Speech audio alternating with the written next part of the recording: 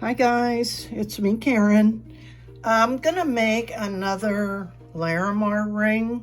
I made this one a real short video on this one, and I'm gonna try this marquee shape. Whoops.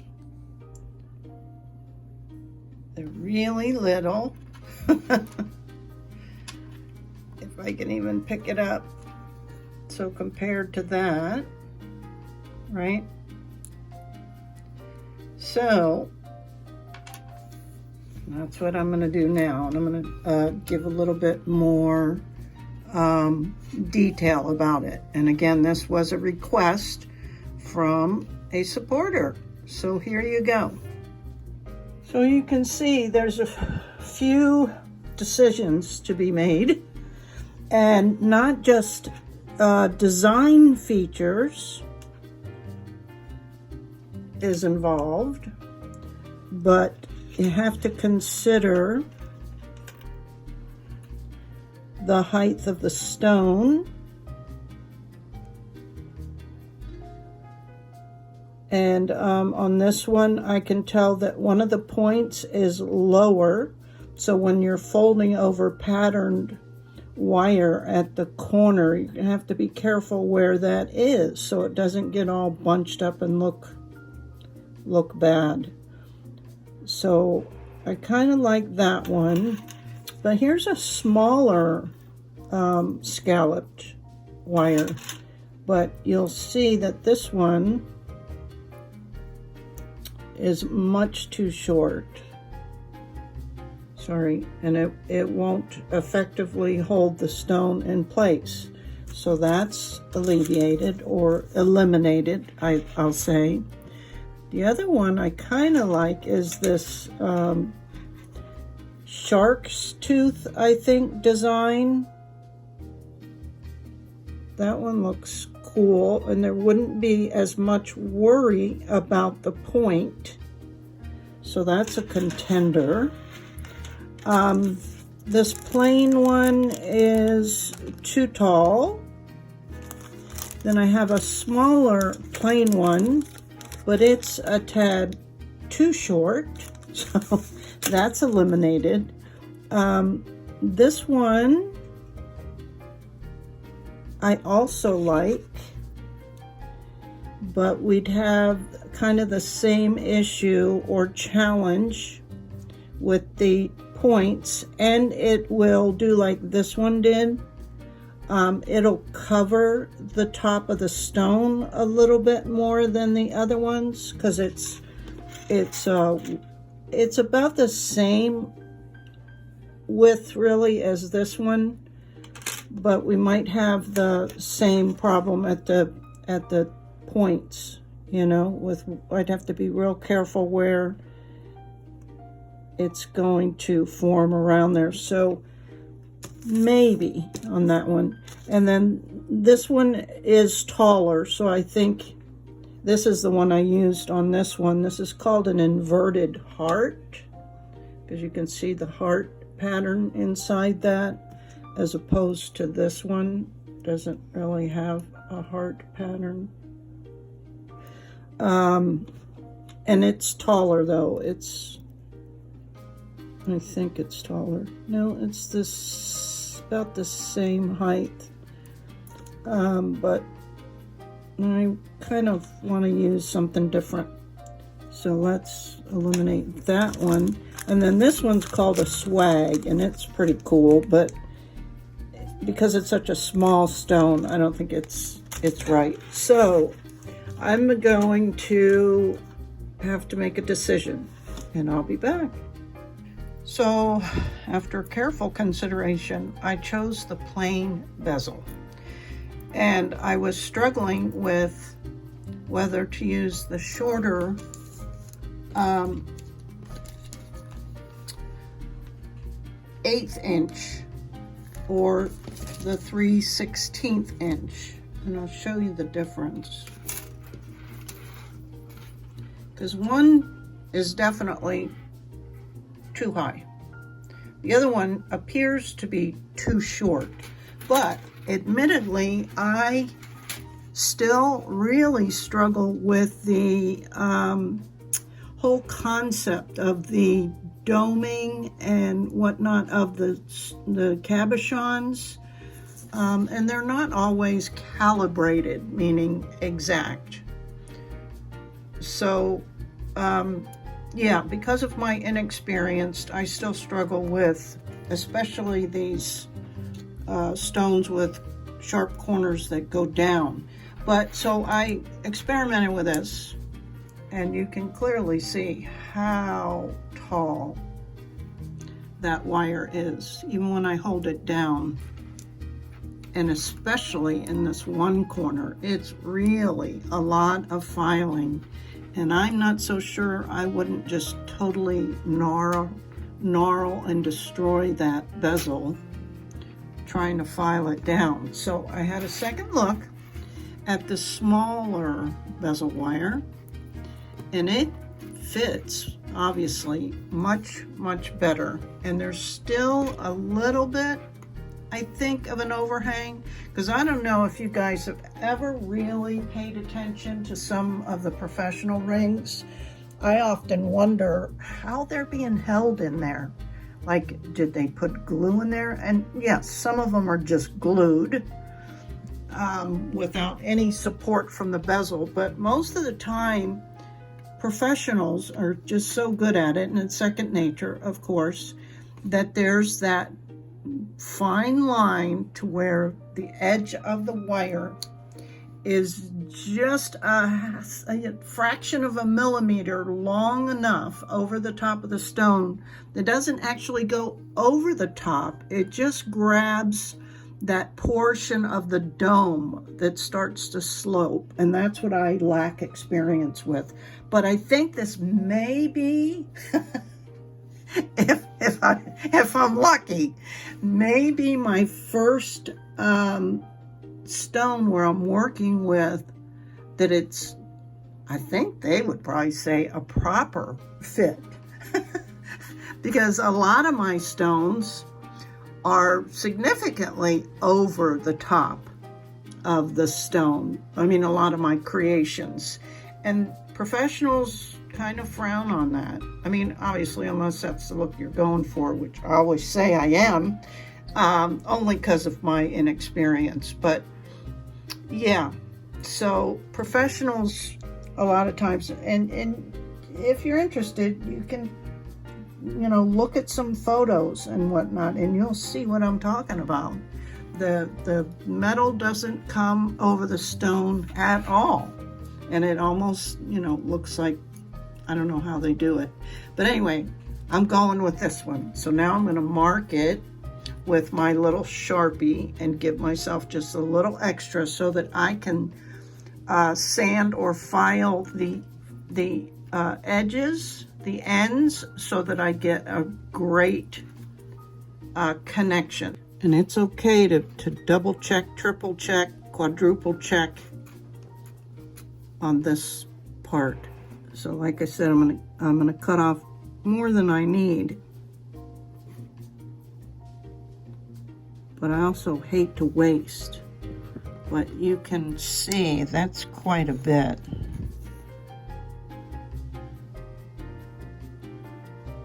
So I'm gonna go on the inside of that and just cut that off. Okay. I can use my flush cutters. Let me back out just a tad. And just make sure that's straight. All right. And now I can maybe give you an example of that connection that I'm talking about. So when I get ready to solder, that has to be exactly touching, as opposed to having light behind it. And you can see it better this way. You see the light? As opposed to no light. So that's a really important step. And like I've mentioned before too, I'm trying to pay attention more to this step. And when I'm doing this connection here, trying not to wonk the rest of the metal out, because it's easy to do, meaning wonking the metal. Not this part. Nothing is easy in this craft. But, you know, like for example here, I'm just squeezing these two ends together and you can see, right, how wonked out that got. So imagine after going back and forth and finagling this and pushing that and moving this and doing that, it's not always going to lay flush on the metal, right? I'll show you when we get to that point, but trying to cover too many things at once. So we've got this. I did a little bit extra so I'd have some room to file it. And that's what I'm going to do now. Well, guys, what I decided to do was give that seam a try without sanding it, just to see if that little bit, sorry about that, is too much of a gap, or if that little bit will still solder. So this is an experiment for me that I'm doing on camera. So I just used the flux. I'm too close now. Anyway, I just sprayed the flux on. I started using this little honeycomb block because it's flat. And in another video I explained how my charcoal blocks are getting divoted and all that, and I'm not getting a nice level to where this application of soldering the bezel closed is working lately. So I need a flatter surface. So let's see if this works. And this bezel is fine silver, so it'll melt quicker than anything else if I'm not careful.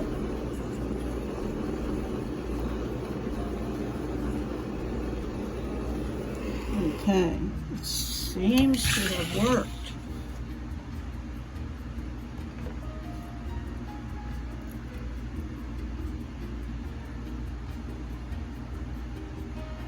Oh, but I can still see a little bit of seam at the top. You see it?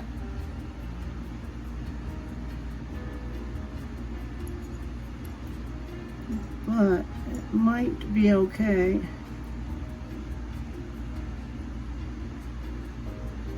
We'll try it. Before I put this in the pickle pot to get the fire stain off, I'm going to go ahead and just measure this here. Oh, I might as well show you. Now, I did not distort this by opening and closing and all that, and you can see lots of light through that bezel to where it's not laying flat. But anyway, okay, so I'm gonna just mark out how much of this silver I want. And typically you want to use probably a 24 gauge, but for this little ring, I'm just gonna use this 26 because there's not much that it's gonna be exposed to, right? So I marked that out, and while this bezel is in the pickle pot, I'll saw this out. And as I talked about in the tutorial I just did on the tools and whatnot, when I was talking about cutting your metal out, your back plate, that yeah, you can use shears, but it will distort the back plate because it's just naturally what it does. Such as making these curly cues, right? I mean, if this is distorted, this is going to be distorted. And that's why you use your jeweler's saw instead of metal shears. Now if it's a bigger piece of metal and maybe a much thicker gauge, it won't matter. Or after the fact, after you have the bezel on there and you just want to cut the excess off, then use your shears. But for this part where you still have to be mindful of having that flat, or as flat as it can be, use the jeweler's saw. And also in other tutorials I talked about having something to catch your silver dust. I don't know if you can see it. It's quite a bit in there, and I've only done one other ring because, you know, that's money. And I've talked about this before. You know, you save it. That's all dust in this little container. And if you ever get around to sending it to a refinery or whatever, it all adds up. Or you can do some decorative stuff with the dust from it and all that. But I usually put this little pan with some aluminum foil underneath my bench pin so that it'll catch the dust. And then I'm going to use my jeweler's saw. I think this is a number 3, and some beeswax to lubricate your blade. And this little notch in here comes in handy. I put it in at the very top, and I almost start sawing, the sawing motion, before I introduce the metal.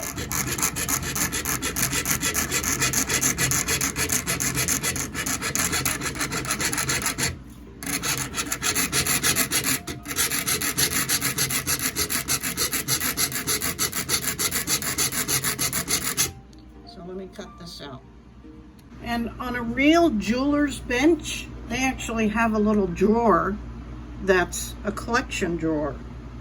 And some of them that have a different type of bench have like this saddle bag almost. And that's what those things are for, is to collect all the dust and debris.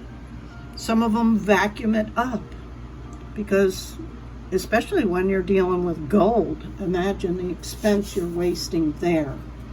But so here's the little piece, and I'm going to go ahead and give this one side, and I don't bother on rings, little rings especially, to try and put a maker's mark on it. It's just too much and another opportunity to wonk out the metal. So on the one side that's going to be attached to the bezel, I'm going to sand it, because sanding it is another way of cleaning or making sure the metal is really nice and clean. And I'm just going to put it on a little piece of the wet dry sandpaper and just give it a little sanding, because that'll encourage the solder to flow and adhere. And it's a little tricky. Everything is tricky. Oh, like I say.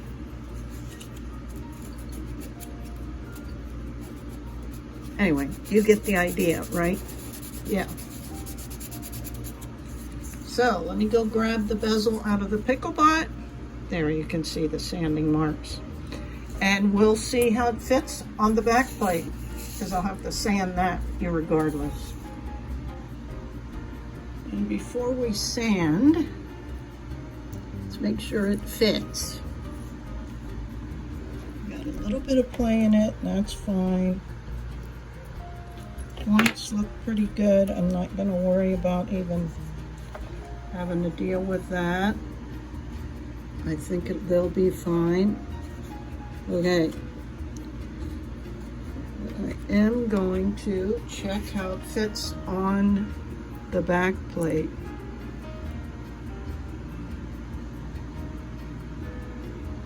I can see a little bit of light through that side. This side is worse, much worse. Can you see that? Okay, so I'm going to sand it now and hope it gives us a better connection. And as I've discussed before, you do a figure 8. Gives it more consistent sanding. Of course, you can turn your piece. But for whatever reason, this motion, they say, gives you a better sanding consistency. So let me do that and I'll be back. Okay, and before you check it, and for sure before you sand it, you can see all this black junk inside from where you're sanding. You want to at least remove that so that you can actually see. Okay, let's see what we got.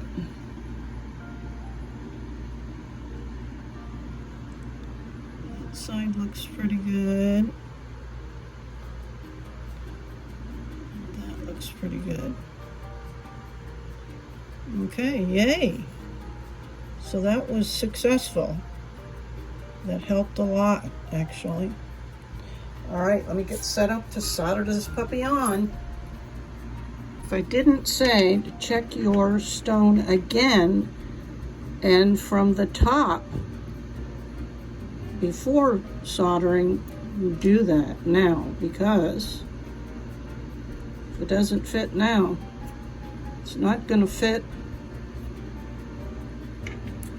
after it's soldered.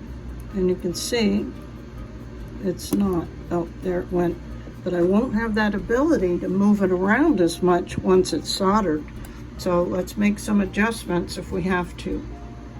Now for this part where we're attaching the bezel to the back plate, typically you'll use a medium solder, whereas we used a hard solder just to connect the bezel ends.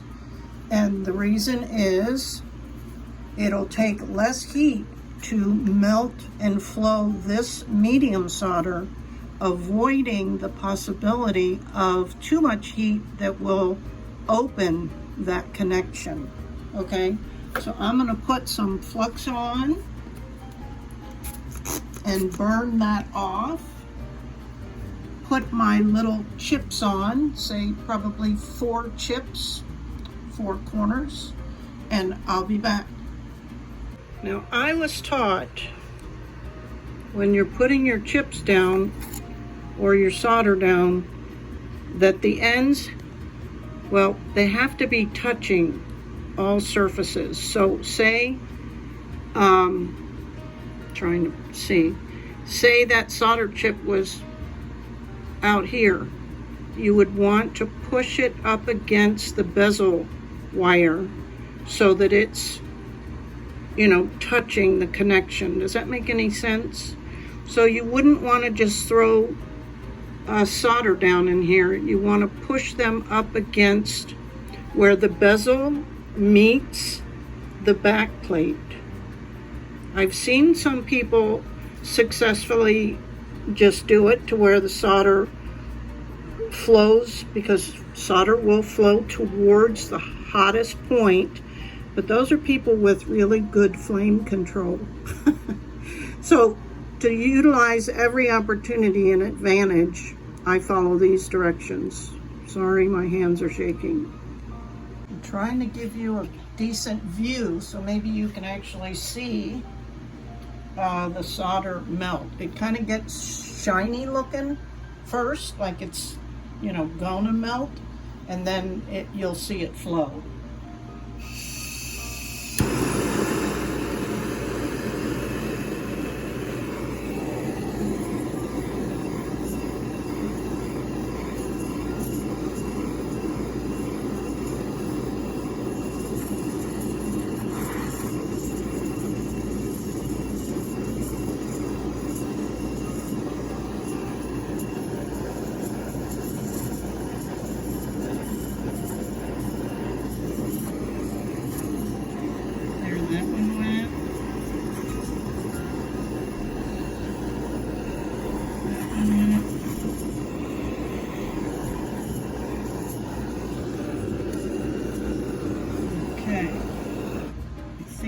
flowed good, but because my eyes are so bad, I can't tell offhand. We're gonna quench it and then check it out.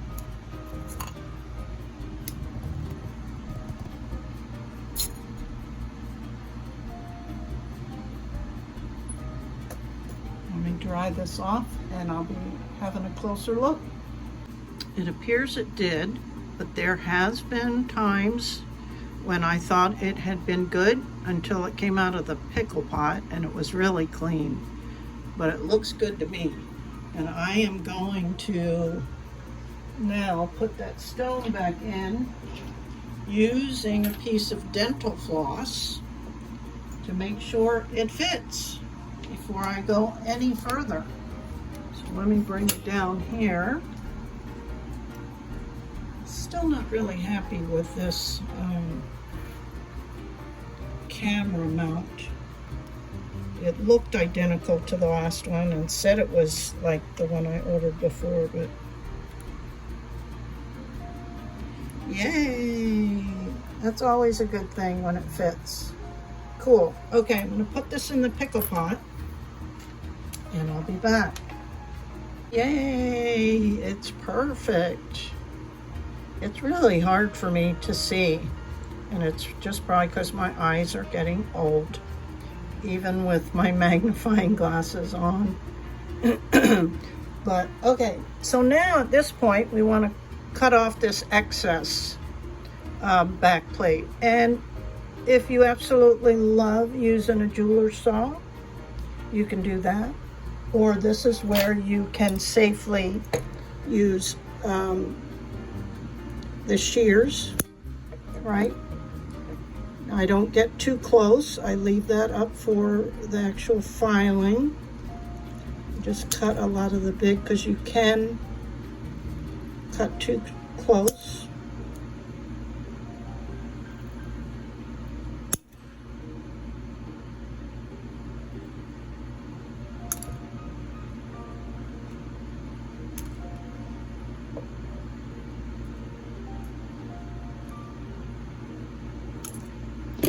So that's what comes next, is the hand filing, or you can sometimes use your Dremel or your rotary tool and put on